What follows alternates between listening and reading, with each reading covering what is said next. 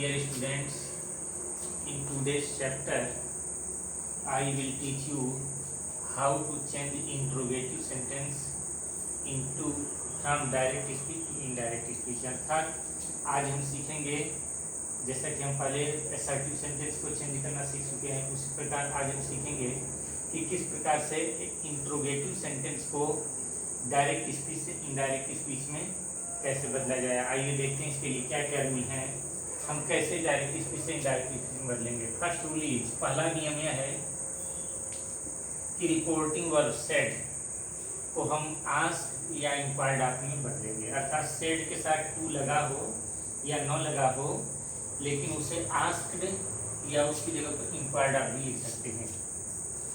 दूसरा परिवर्तन है कि कॉमा और इन्वर्टेड कॉमा को हम हटा देंगे और उसके जगह पर इफ आर वेदर का प्रयोग किया जाता है, जिसकी हिंदी होती है कि क्या।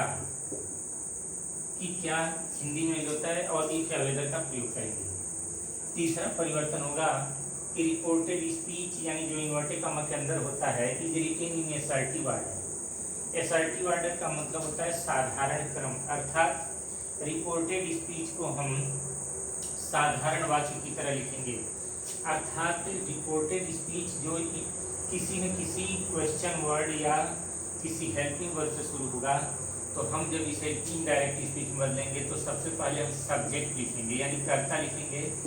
उसके बाद अगर हेल्पिंग वर्ब होगा तो हेल्पिंग वर्ब लगाएंगे, नहीं तो मेन वर्ब का प्रयोग करेंगे। उसके बाद हम इसमें ऑब्जेक्ट यानी कर्म और अदर वर्ड्स यानी कॉम्प्लीमेंट का प्रयोग करेंगे। इस क्रम में इसको लिखा जाएगा। हम क्वेश्चन मार्क को और इन्वर्टेड और हेल्पिंग वर्ब दोनों हटा देंगे। चौथा जो सबसे महत्वपूर्ण परिवर्तन है कि इसमें इंट्रोगेटिव सेंटेंस के अंत में जो क्वेश्चन मार्क आता है उसके जगह पर फुल स्टॉप का प्रयोग किया जाएगा। बाकी तीन चेंजेस टेंस, प्रोनाउन, टाइम और प्लेस जैसा हम पढ़ चुके हैं उसी के अनुसार चेंज करेंगे। तो इस प्रकार हम समझ गए कि रिपोर्टिंग वर्ब सेड को आस्क्ड या इंक्वायर्ड ऑफ में बदलना, इन्वर्टेड कॉमा की जगह पर इफ या वेदर का प्रयोग करना है, और रिपोर्टेड स्पीच को साधारण वाक्य की तरह subject plus verb plus main verb के रूप में लिखेंगे और क्वेश्चन मार्क या फुल स्टॉप जरूर लगाएंगे। जैसे यहाँ पर अगर लिखा हो he said to me is it Sunday today, अगर ऐसे लिखा हो इज इट संडे टुडे, तो हम इसको इस प्रकार से चेंज करेंगे, ही आस्क्ड मी, और यहाँ पर हम इन्वर्टेड कॉमा के ऊपर अब दैट नहीं लगाएंगे, यहाँ इफ लगा लेंगे कि क्या, और इसमें हम इफ इज को पहले नहीं आएंगे, पहले इट को आगे लाएंगे और यह हो जाएगा इट। और जैसा कि हम टेंस बदलते हैं इज की जगह पर वाज हो जाता है, तो यहाँ पर वाज कर देंगे। इफ इट वाज संडे, और टुडे की जगह पर हो जाएगा दैट डे और फुल स्टॉप का प्रयोग करेंगे। इस प्रकार से ये मामूली परिवर्तन होते रहेंगे। कुछ उदाहरण, now we shall see some other example, कुछ और एग्जांपल देते हैं। अगर एक बात का ध्यान रखेंगे कि अगर reported speech is am are was were has have had इनसे शुरू होता है, ध्यान रखेंगे is am are was were has have had will shall इत्यादि से शुरू होगा, तो हम इनको हटाएंगे नहीं, इन्हें सब्जेक्ट के बाद केवल इनका टेंस बदल करके हम लिख देंगे। जैसा कि अभी आपने एग्जांपल देखा, एक और एग्जांपल देख सकते हैं, he said to me have you seen the Red Fort. अगर हम ऐसे लिखें कि he said to me have you seen the red fort, यहाँ पर have को हटाएंगे नहीं बल्कि इसका पास्ट टेंस बदल करके हम लिखेंगे, तो यहाँ हो जाएगा he asked me, और उसके बाद हम यहाँ if लिख देंगे और you को हम ऑब्जेक्ट के अनुसार बदलेंगे, तो यहाँ हो जाएगा I, और have की जगह पर हो जाएगा had seen the red fort, ऐसे लिखेंगे। लेकिन यदि इज एम आर की जगह पर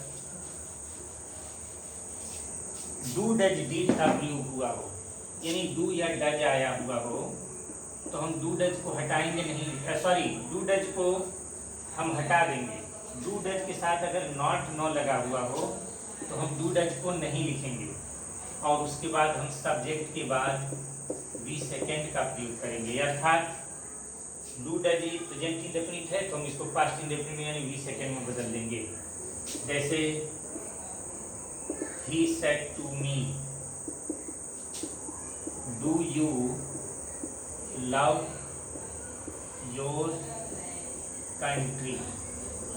अगर लिखा हो do you love your country तो हम इसको ऐसे लिखेंगे, he asked me if I, you me के अकॉर्डिंग इफ आई, और यहाँ पर डू को हम हटा करके लव लिख देंगे, माई कंट्री, ऐसे लिखा जाएगा। लेकिन एक बात का आप ध्यान रखेंगे कि अगर डू डज के साथ नॉट भी आया हुआ हो, क्या आया हो, डू डज के साथ अगर नॉट आया हुआ हो तो हम डू डज को प्लस नॉट लिखा हो तब डू डज को हटाएंगे नहीं, बल्कि हम इसके जगह पर सब्जेक्ट के बाद डिड नॉट का प्रयोग करेंगे और उसके बाद वर्ब का फर्स्ट फॉर्म लगाएंगे, यानी प्रेजेंट इंडेफिनिट को पास्ट इंडेफिनिट में बदला जाएगा और डू डज की जगह पर हम डिड का प्रयोग कर देंगे। जैसे कि आप देख सकते हैं, he said to me does he not play hockey. अगर ऐसा वाक्य लिखा हुआ हो does he not play hockey तो हम इसको डज को हटाएंगे नहीं, बल्कि ऐसे लिखेंगे, he asked me if he did not play hockey. इस तरह से लिखा जाएगा और अंत में फुल स्टॉप आ जाएगा। लेकिन तीसरा जो सबसे महत्वपूर्ण इसमें एक और रूल है, यदि डू डज नो आकर के वाक्य डिड से शुरू होता है, अगर डिड से शुरू होता है यानी पास्ट इंडेफिनिट से शुरू होता है, तो एक बात का ध्यान रखेंगे कि डिड के साथ चाहे नॉट लगा हो या न लगा हो, आप इसको पास्ट परफेक्ट टेंस यानी डिड के जगह पर हैड प्लस वी थर्ड का प्रयोग करेंगे, क्योंकि दूसरे अर्थ में कहें तो प्रेजेंट इंडेफिनिट को पास्ट इंडेफिनिट, और अगर पास्ट इंडेफिनिट आया हो तो पास्ट परफेक्ट टेंस में बदला जाता है। तो डिड के साथ चाहे नॉट लगा हो या न लगा हो उसको हैड प्लस वी थर्ड में कर देंगे। For example, he said to me did you visit Agra yesterday. अगर लिखा हो कि did you visit Agra yesterday तो हम इसको ऐसे लिखेंगे, he asked me weather,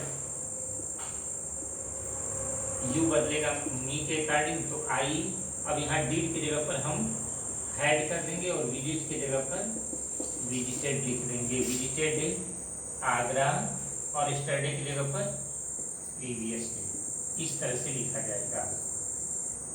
now I will teach you indirect question, यानी ये हो गया डायरेक्ट क्वेश्चन जो किसी न किसी हेल्पिंग वर्ड से शुरू होता है। उसके बाद हम सीखेंगे कि इनडायरेक्ट क्वेश्चन में क्या क्या चीजें बदलती हैं। देखते हैं, हम सारी चीजें वैसे ही रखेंगे।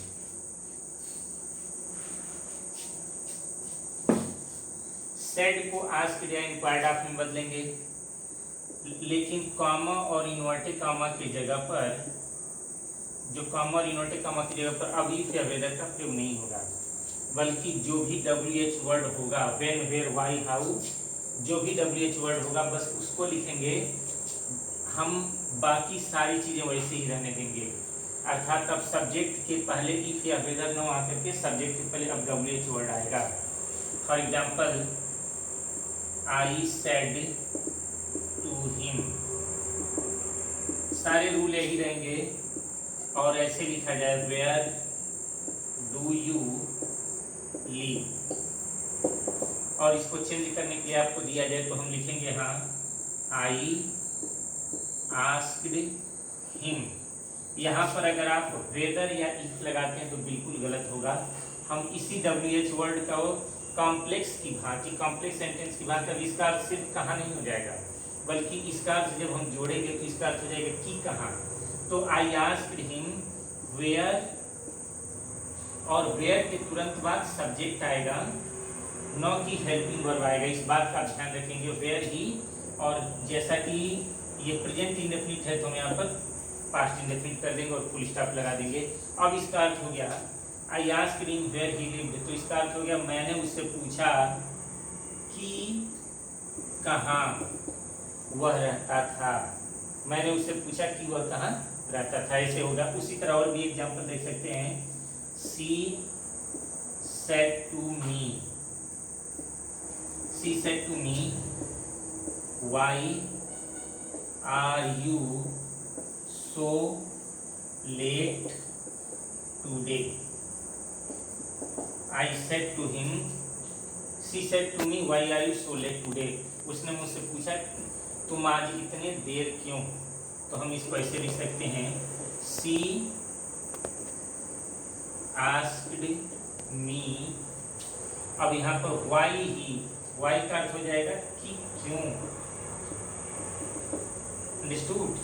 और उसके बाद हम यहाँ पर you लगाएंगे, तो you बदलेगा me के अकॉर्डिंग, तो हो जाएगा वाई आई, और उसके बाद होगा वाच, और सो, उसके बाद हम लेट लिख देंगे और टुडे के जगह पर दैट डे, और अंत में फुल स्टॉप का प्रयोग करेंगे। In this way you can change very easily interrogative sentence. Okay.